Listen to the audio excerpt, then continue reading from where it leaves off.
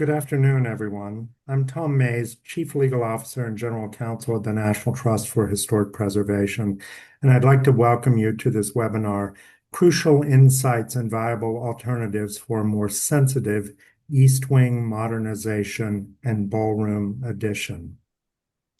To all of our attendees who registered for today's webinar, I want to thank you for your time and for your interest in this very important matter.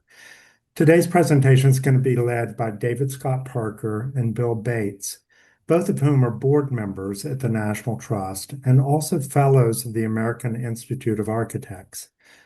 David is a practicing architect and principal of his own firm with broad experience on cultural institutions, preservation, restoration, and adaptive use renovation projects.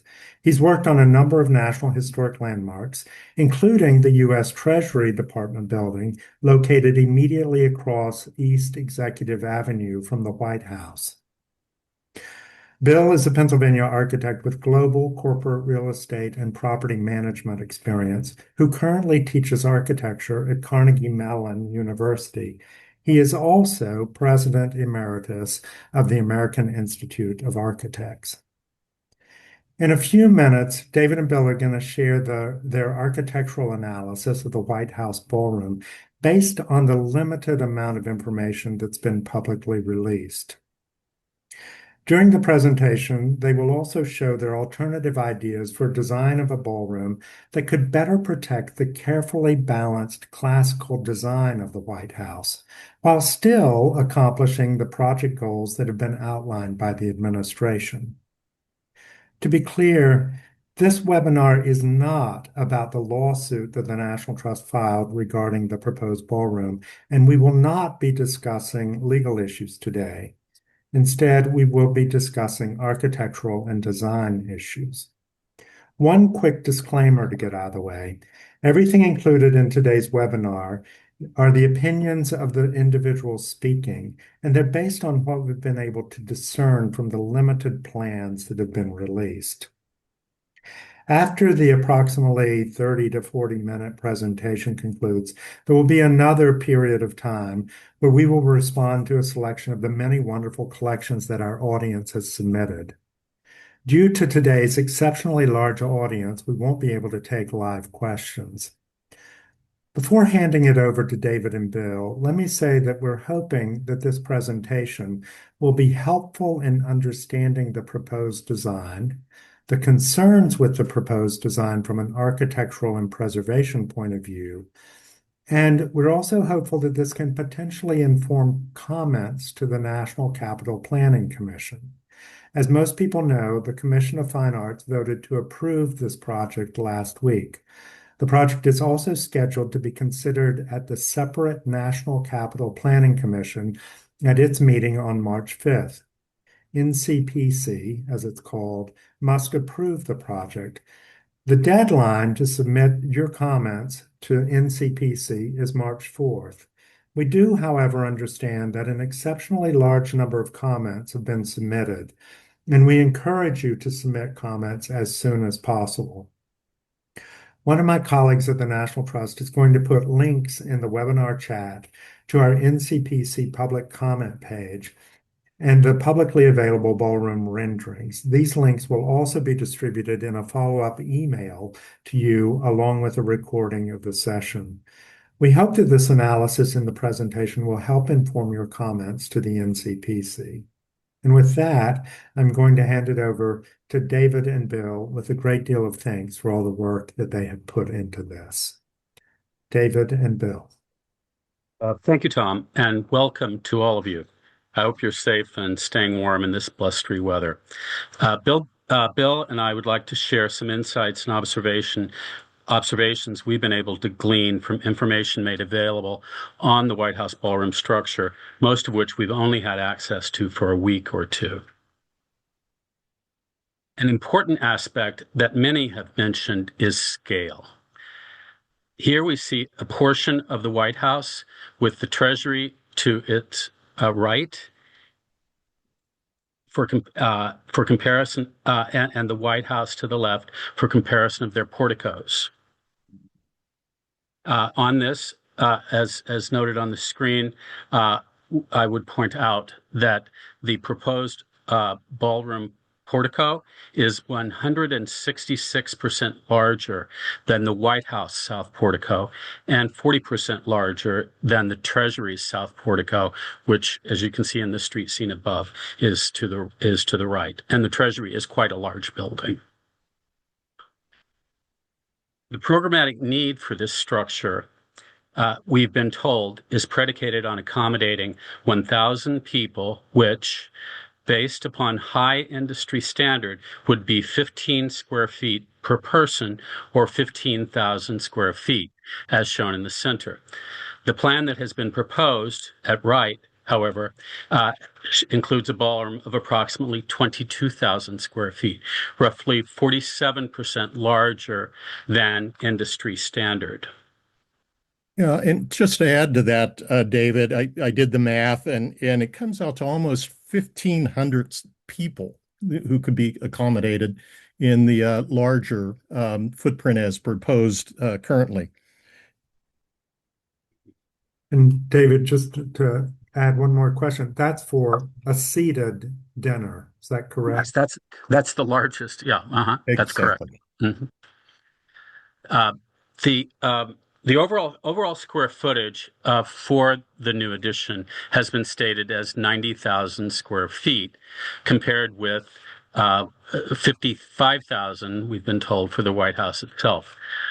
Square footage comparisons can be misleading. Looking at cubic volume or mass above grade reveals the White House to be between 794,000 and 875,000 cubic feet versus the proposed ballroom at 2.6 million cubic feet, nearly 3 times the size of the White House. This and many aspects discussed in this presentation are in direct contradiction to the Secretary of the Interior's standards for the treatment of historic properties. Specifically, new additions, exterior alterations, or related new construction will not destroy historic materials, features, and spatial relationships that characterize the property, and, quote, the new work will be compatible with the size, scale, and proportion and massing to protect the integrity of the property and its environment. The White House is a classical building, and classicism has certain basic tenets, including overall symmetry. This proposed south elevation of the White House complex illustrates the concern that many have expressed. Although rendered very faintly on this view, with pale shadows and a building tonality close to that of the sky, the considerable mass of both the ballroom and its quite tall new connecting colonnade, seen at right, of the White House, versus White House compared to the wing on the left, the non-balance is obvious. And here, perhaps, Bill, you could speak to this. Yeah, I thought this might be a good slide to share with those who might not be familiar with classical architecture. It's got fundamental roots. The principles of classicism in architecture go back to the Egyptians and the Greeks and the Romans, so ancient times.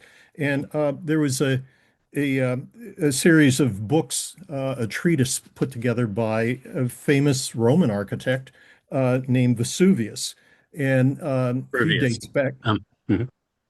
Vitruvius dates back to 80 BC. So he sort of gathered all of the principles and practices and rules, the grammatic rules of architecture, and put them in a treatise that outlines proportion and balance, symmetry.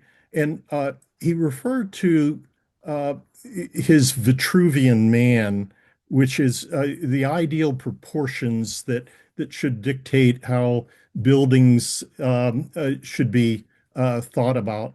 And if you look at this, there's balance on each side. The torso is the main part of the body with the arms being symmetrical.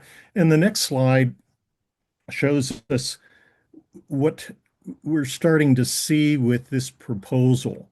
Uh, the one arm is distorted, and if we go even further, we see that the balance of a larger addition to what would be a primary building. The primary building, imagine that as the body, and that's the White House, presidential residence. And what is happening is that we have an arm that almost has elephantiasis, and it overshadows the body and proves to be very alarming here. And that's what an architect sees when he or she looks at the proposal.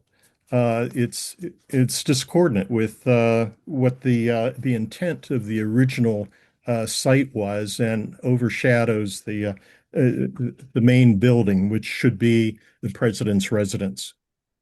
Let you go on. We'll talk about this as it continues. There are other examples that will come up. Ballroom floor, by the way, is higher and does not connect to the south portico that you saw in the earlier view. And neither does the ballroom connect to that portico, nor does the kitchen that is located below. There is no internal connection to the portico whatsoever.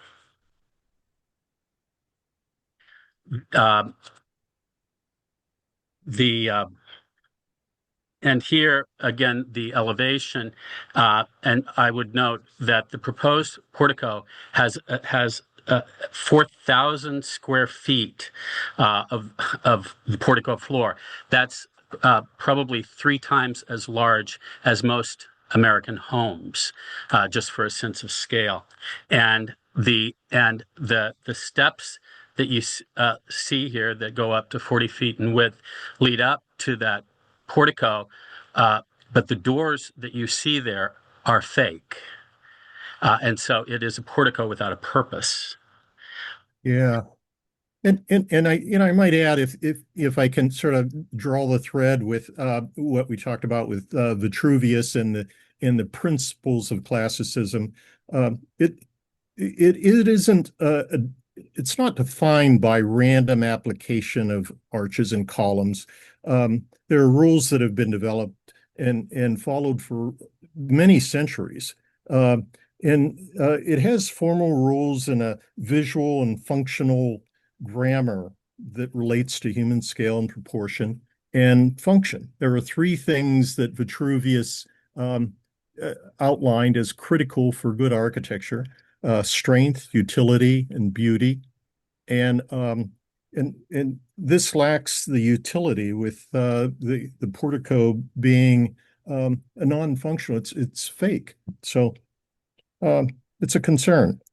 Begins to overshadow the strength of the main White House building. The lower left corner shows a plan, or shows a portion of the ballroom plan looking down at the portico floor 12 feet below. Inaccessible from the interior, the porch or portico's 24 columns render the outdoor space unusable for any gathering. Although we've not been shown a new rendering, this previous ballroom view seems to depict a space of similar size and scale. The portico has been added since this view was created, and its large columns would significantly eclipse views from this space. It's an example of beauty but no utility. Speaking of views, the plan of Washington is predicated on major vistas and axial connections between major parks and landmarks. George Washington commissioned Pierre Charles L'Enfant to design the new federal capitol in 1791.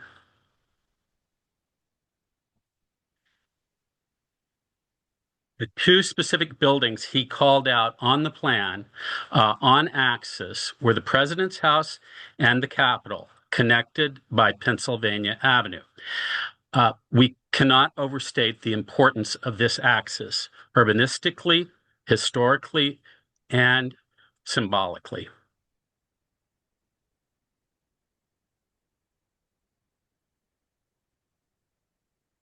The symbolic connection between the two branches of our government, the legislative and executive, will be interrupted by the new ballroom structure, an axial connection created by L'Enfant at the request of George Washington in 1791 will be forever aborted. Yeah, this visual connection has symbolic meaning, and to block that begins to say so much more about what's happening here with architecture. And I think that we really need to respect the historic planning that was done so thoughtfully and carefully.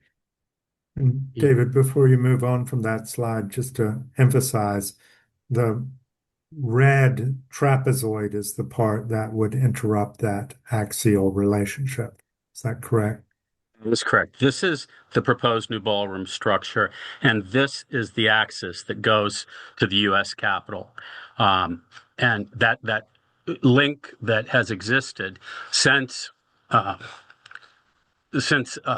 Washington commissioned L'Enfant to do the plan for the city of Washington will be forever interrupted by this building. And the symbolic connection between two branches of our government will be blocked.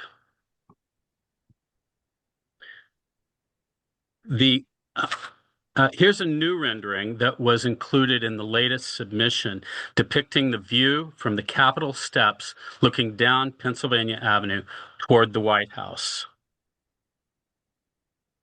Zooming in on the more focused portion, we see that the new ballroom becomes the main feature, totally blocking the White House and its grounds.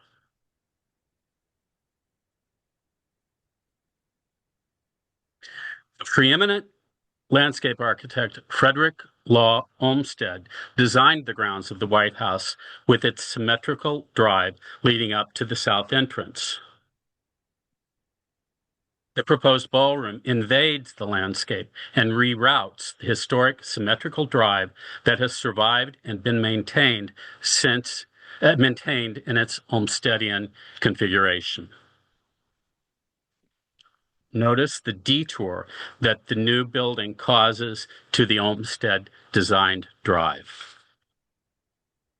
Yeah, the Olmsted design is in red, and the image behind it in gray is the proposed path to direct traffic around the ballroom addition. And you can see symmetry in a complex like this in classicism is so important, and that'll be disrupted by the extension of this ballroom. Let alone what we've already discussed about the axis in connection with the Capitol building.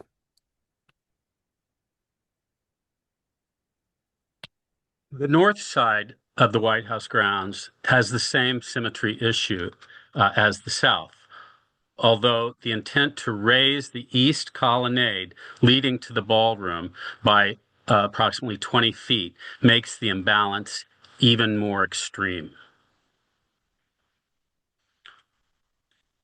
Zooming in on the north elevation of the new structure reveals several insights. The new connector colonnade is almost entirely solid with virtually no windows on this side. The added height, which obscures the view, contains bathrooms with the family theater located below. Approximate ceiling heights in the ballroom structure are shown in a diagrammatic section through it. Looking at, and I would note on this that if you look at in the lower left corner of the section, the ceiling height when people would enter the ballroom structure is 14 feet, which is fairly high. And then the next floor up is 23 feet in this portion of the building. And the third floor is 19 feet. And it should be noted that the third floor in this structure is almost as high as the highest ceiling in the White House. If you look over to the right, 20 feet is the approximate height of the highest ceiling in the White House. Yeah, typically in classic architecture, height has a lot to do with significance or importance of a space. And of course, the ballroom has a very high ceiling. But these other spaces, like the third floor, has a ceiling that's higher than warranted for its function. So, yeah, it's something to think about when we look at how it begins to overshadow the East Room of the White House itself with secondary spaces like the third floor spaces. Mm-hmm. Also, I would note that 19 feet, most people are used to 8 feet ceiling heights in their homes. So that would be the height of 2 floors in most houses, the third floor here. David, before you move on from that slide, there was a question in the Q&A about the preservation of the Palladian window on the east wall. If you're going to get to that later, please do. But otherwise, I just wanted to suggest this might be an appropriate time to mention it. Thank you, Tom.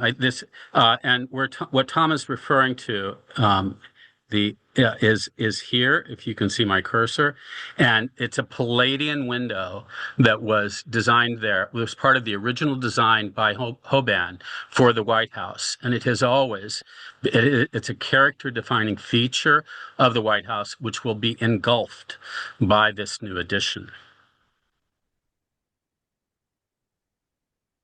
Yeah, Palladian refers to a style developed by Andrea Palladio, who's another Italian architect who embraced the traditions written by Vitruvius. So, yeah, all of these threads go through the classicism of architecture design and the nomenclature or grammar of how we apply it. There are quite a few things that are ignored or disrupted by the approach taken with the proposed addition. This slide, which has the new ballroom structure at the top in the center, this has a comparison of scale of the porticos on the north side of the Treasury on the left, White House on the right, in comparison with what would be the entrance to the ballroom which is on the east side of the new structure. And they are shown in relative scale to one another on the lower half of the screen. And on this, again, these are approximate sizes. I would note that the proposed east entrance portico is 170% larger than the White House North Portico, and it's 35% larger than the Treasury's North Portico, and the Treasury is quite a large building. Another thing that should be observed is that the ballroom portico here, that roof is about 7 feet higher, and the portico itself is about 10 feet wider than the pedimented portico on the portion of the portico on the Treasury opposite. The columns that you see on this proposed new portico is scale at about 46 feet in height. Yeah, it's worth noting that pediment actually is taller than the White House itself, if it just in that one at the peak, as I recall. And even though they've tried to lower the roof of the main building of the ballroom, that pediment exceeds the height of the water line of the White House itself.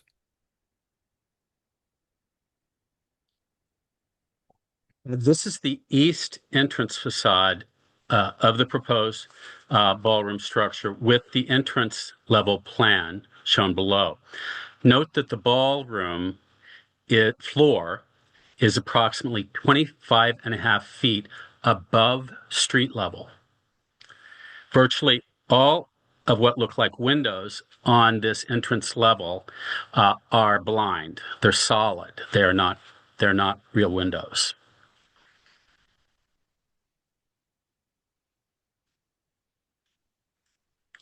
Most of the entrance level, we find, is devoted to non-public service support spaces, and the kitchen area, shown in mustard color, is immense, more than 2.5 times the industry standard to serve 1,000 people.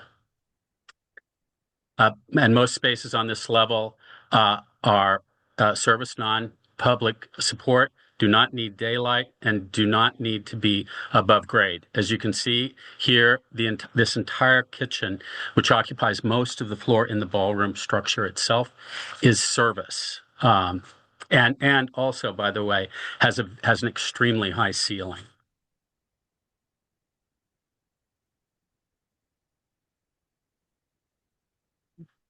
If the public service support spaces, which are now elevated over 9 feet above street level, were lowered, as shown in the elevation up top, and if the ballroom were sized to the high industry standard for 1,000 people, while eliminating the non-accessible, non-ADA accessible portico that has no direct connection to the interior, would collectively reduce the volume of this structure by over 38%, while significantly lessening harmful impacts on the historic White House, the People's House, while preserving the highly important and symbolic axial relationship between the White House and the Capitol, two branches of our government.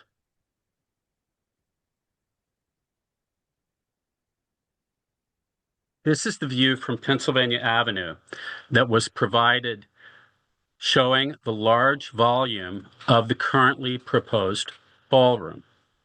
And compare this with a rough approximation of what the structure's massing could be if the ballroom were resized to the industry standard while lowering the currently fully above grade service kitchen and eliminating the inaccessible and unusable enormous south portico. And just for comparison again, this is what is proposed, and this is the view. This is what you would see when you come to the end of Pennsylvania Avenue after having walked from the Capitol. You would not be seeing the White House. So the view from this station point would be forever blocked. Yeah, I would hope that you recognize the proportional balance that's suggested here. It's implied. We're not trying to design the ultimate solution here, but offer a direction that might be more sympathetic to the existing history of the building, the White House campus, and the connections that were implied by LaFont's design for George Washington. And so we hope that this starts to resonate with you and help you understand why the concern is there within the architectural profession regarding the scale and proportion of this addition. David? It's important that any new structure be balanced with respect to its historical context. In conclusion, here are three pertinent documents. At left, L'Enfant's Plan for Washington, commissioned in 1791 by President George Washington. At right, in center, James Hoban's north elevation of the White House, a competition he won in 1792. And at right, Frederick Law Olmsted's plan for the White House grounds.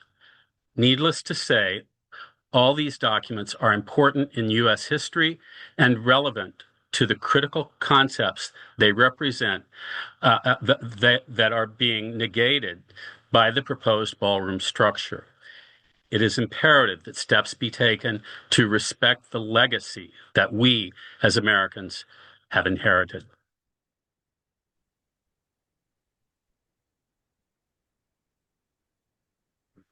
Thank you, David, and thank you, Bill. We're going to have a generous amount of time for Q&A. But before we jump into that, I think the trust team has posted links to our website, which has a lot of information about how you can comment and where to comment, as well as the plans and the comment letters that we have submitted and that David has submitted. And I just really want to express my appreciation to both Bill and David for the immense amount of thought and work that's been put into this with the limited amount of information that's actually available to base this thoughtful presentation on. There were a number of really interesting questions, and I'm going to get right to the heart of one. And I saw this in the Q&A, which was, given the number of issues that you could focus on in comments, what would you all suggest are perhaps the most significant issues to pay attention to? And again, you can always look to the National Trust comment letter, which is posted for thoughts about that also. But I'd appreciate hearing from David and Bill about what would perhaps be most impactful with the National Capital Planning Commission. I would point to, and I will return to, these three documents. The L'Enfant Plan for Washington, D.C., which goes back to the founding of our capital, a plan that was commissioned by George Washington, whose the two structures that L'Enfant specifically called out on this plan with an axial connection were the President's House, the White House, which is the People's House, and the Capitol, and that this structure will forever abort that connection that was intended from the very founding of Washington, D.C. Second, I would point to Hoban's plan for the White House, which Bill can speak to as a classical structure. And third, I would point to the Olmstedian grounds. And of course, there's no landscape architect who's better known in America than Olmsted. And so all three of these things will be forever affected adversely if the proposed structure is built as currently conceived. Thank you, David. Bill, go ahead. I agree with all of those points, David, and regarding classicism, the balance and symmetry that would be disrupted. Even if you look at the Olmsted plan, you can see almost the image of the Vitruvian Man being the body being at the center and the arms reaching out directly to the side and rising vertically, and the legs which are described by the pathways that Olmsted put on the campus. Um, it's so obvious that they were following the nomenclature of classic design, and this proposed addition uh, ignores those principles and builds a structure that is very much out of balance with the original intent. And thank you both for those thoughtful emphasis to think about. There were a couple questions also that go to some of the specifics, and since we have a little bit of time, I thought I'd ask about them. There was a question about whether what the purpose of the third floor is, given the ceiling heights, and whether what we know about that. We do not. We the what has been shared did not include a plan of the third floor. What I would note is from what we can discern, it's about 11,000 square feet, which you can imagine if an average American home is about 1,300 square feet, you can imagine how much space that represents. And what I would note is that the part of the what is now the entrance level that is beyond the kitchen, which seems to take up about 2/3 of that level, that area is seemingly less than 9,000 square feet, and so that could be accommodated on the top floor of this building. And remember also that the top floor of the building, from the section that was shared, has ceilings at about 19 feet high. You could, by reapportioning things, actually add another floor up there. So we don't know. Yeah. Yeah, of course, there is talk about offices for the First Lady and maybe other functions that relate to security or meeting spaces. But yeah, it's all speculation from our standpoint with the knowledge that we have at this stage. You guys talked about the Palladian window on the White House because you're architects and because we have a little bit of time. There was a question about the use of Corinthian columns.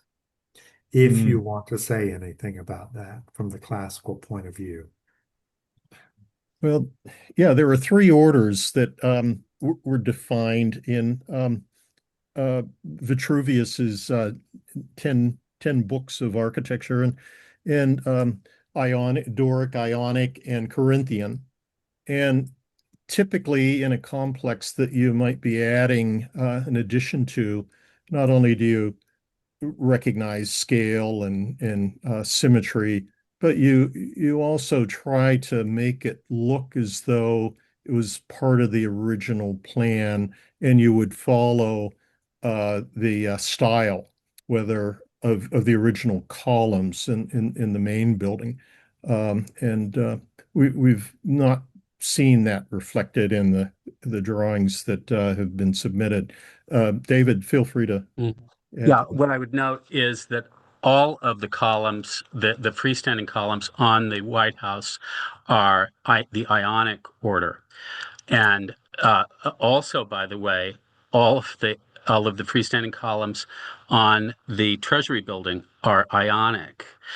The Etruscan, I'm sorry, the Corinthian order, which is the most decorative of all the orders, it would always, if it was being used in a classical sense, be reserved for the primary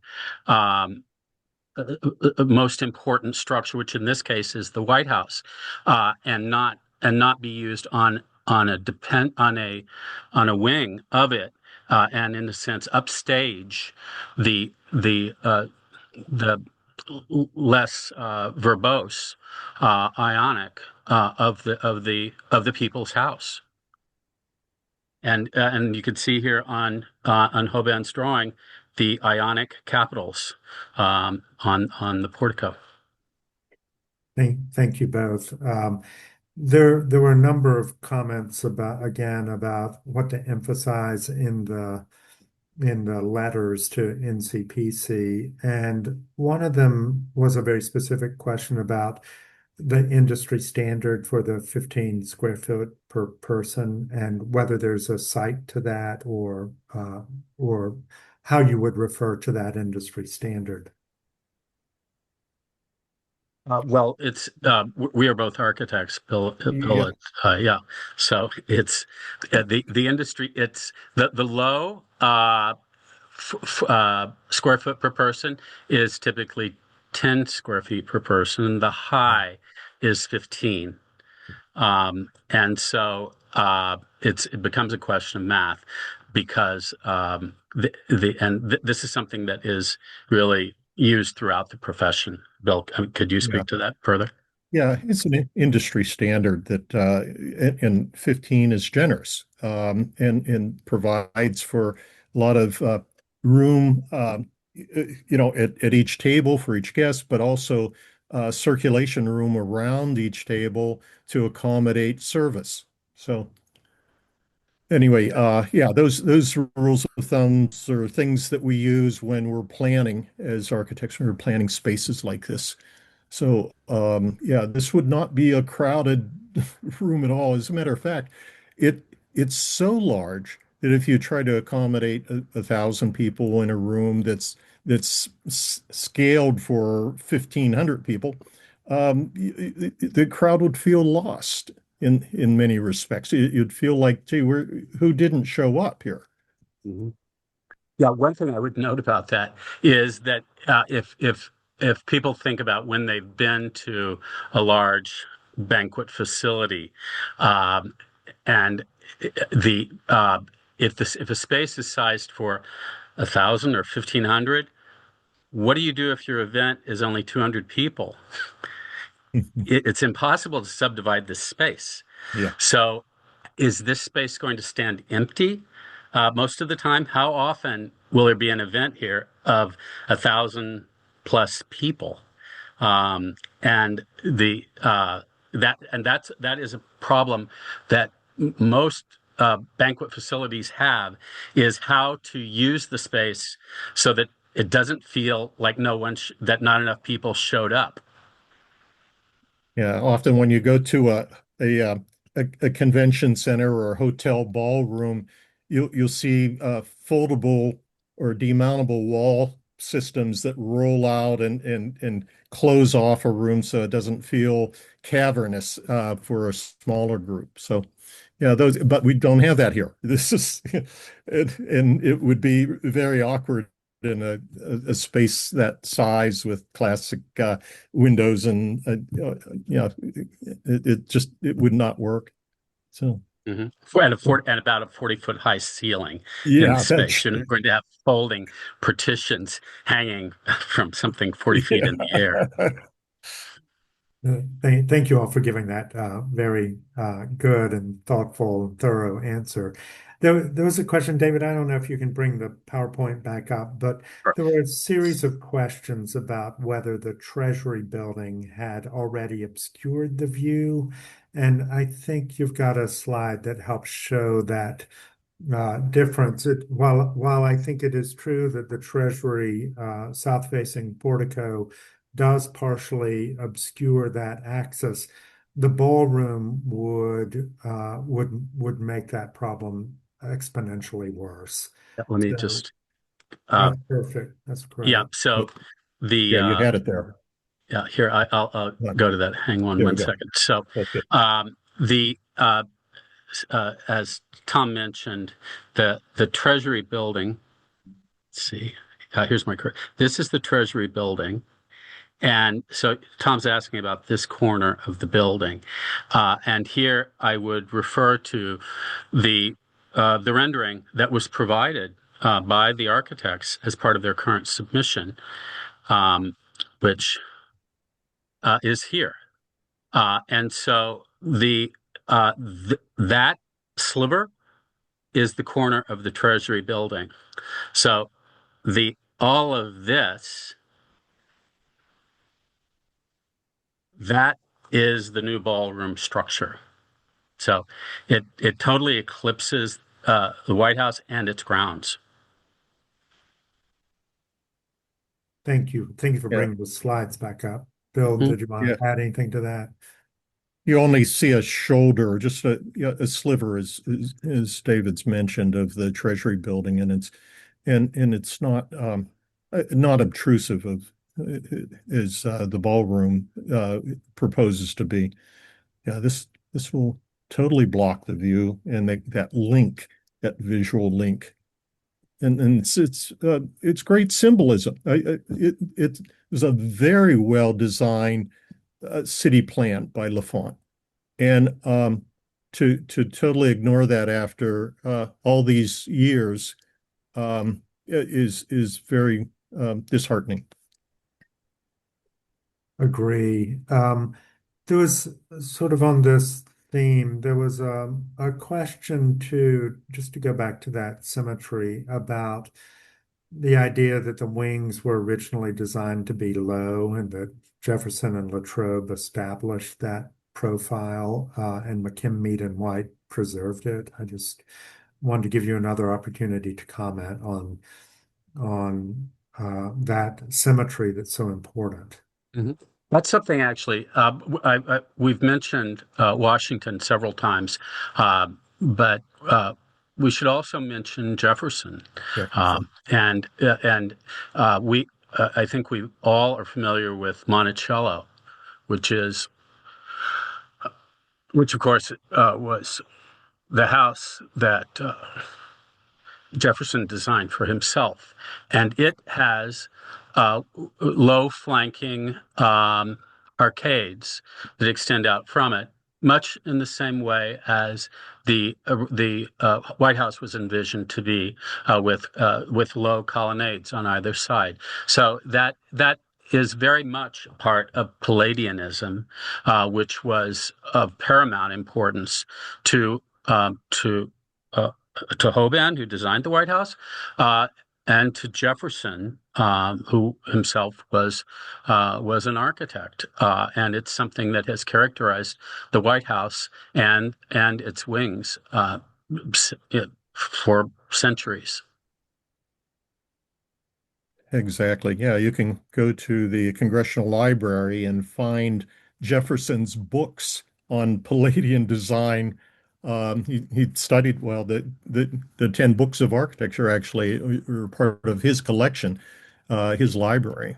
And Mhm. so he studied them very carefully and thoughtfully applied those principles in the wings of the White House, as well as the University of Virginia and Monticello, Mhm. which he designed. Great. Thank you all for going into that a bit more deeply. Let me just ask if you have any concluding remarks you want to make, and then I wanted to come back to how to comment and how to make that happen. So, David and Bill, any concluding remarks?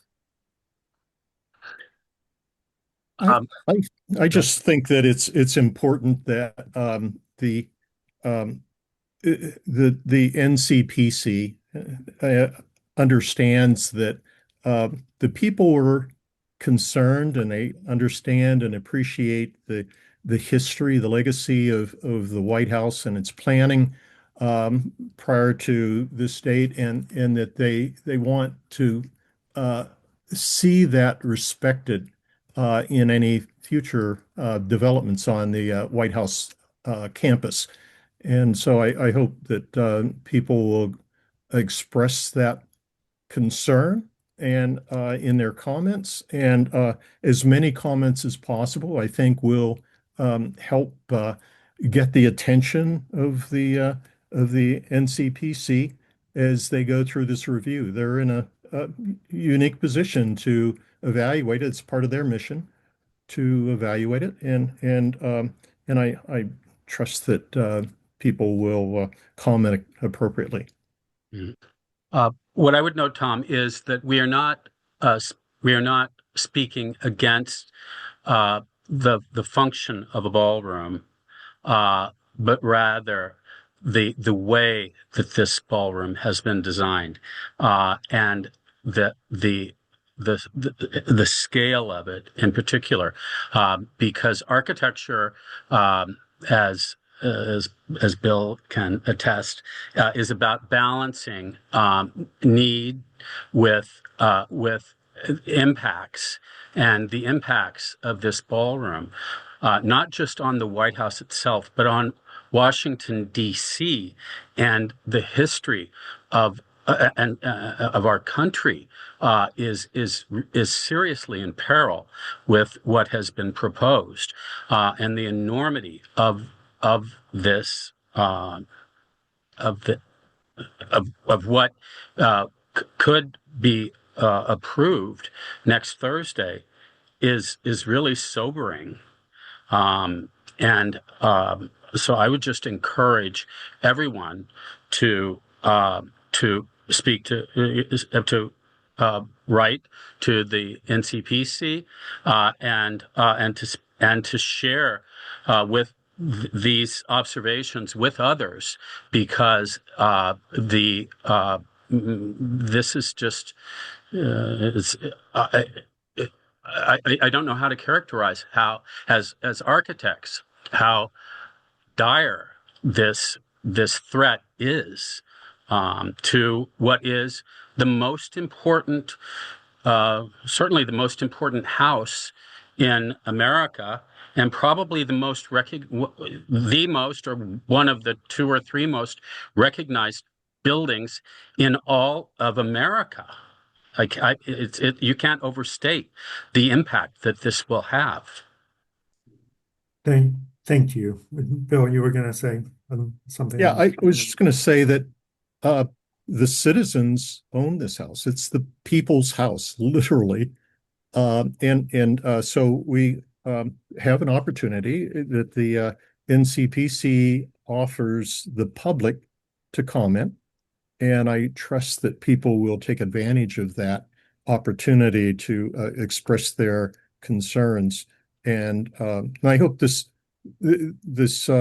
webinar has given you a little insight as to what what the critical elements are that should be addressed in your comments. So that's all. Thank, thank you both so much. That was a very two very eloquent statements about the importance of this project and the importance of commenting.